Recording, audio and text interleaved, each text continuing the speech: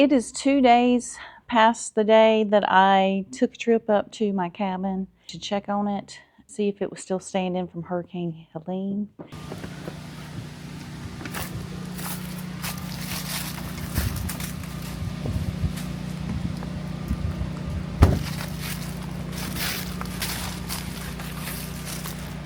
Oh my gosh. I think we got pretty lucky. There are people still without power and network and, any kind of communication, without roads and this and that. And I don't want to diminish any of that at all. This is just me, my experience, and how Helene affected me. My heart and prayers go out to all those affected. Lives have been lost. Lives have been changed forever. And my heart goes out to them. I've got a wall that we had a leak the day of Hurricane Helene, and it's just forever staring me in the face. It's nasty and dirty, so I'm going to clean it up. So that's the only damage really that I had. I had a couple limbs down in my yard, but other than we lost power for maybe an hour and a half, and that was it. We are in the foothills, so there are people all around us that lost power for 5 days or more. The only inconvenience we had was no cell service or internet for about 5 days. And it really woke me and my husband up to how dependent we are on it. And I know there's some people that's not going to have anything back for a long time. I have a roof over my head, I have power, I have all the food I could wish for, and my heart goes out to those who don't. And I hope and pray that we get it rebuilt and everybody gets back to more of a normal life as soon as possible. But some, their life has changed forever. I remember this. Oh my gosh. I remember this when the 04 flood. Oh my goodness.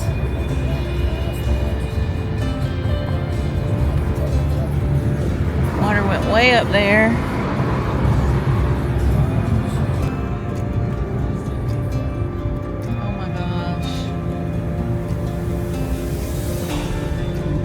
What they brought up to the road, I'm sure.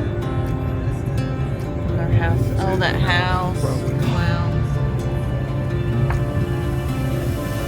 Living in a camper now,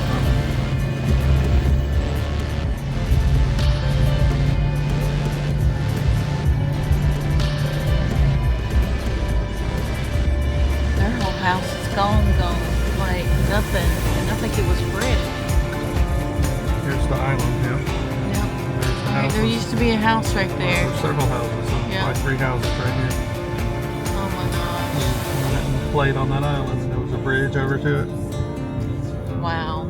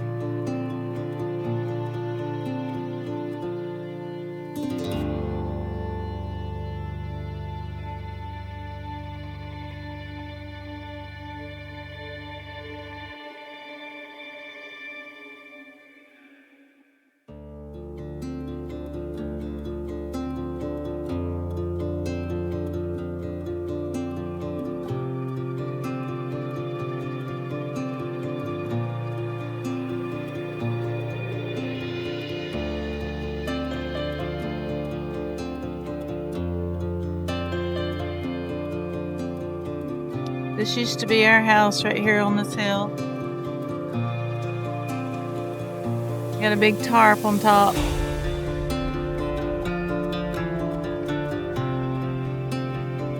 Yeah, wow.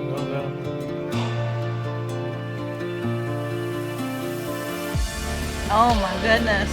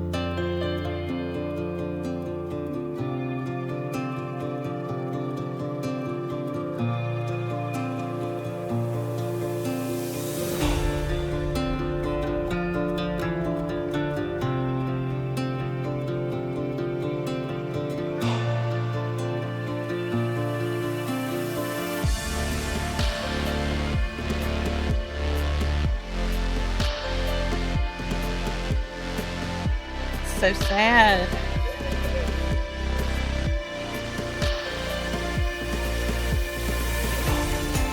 It's crazy. All these businesses.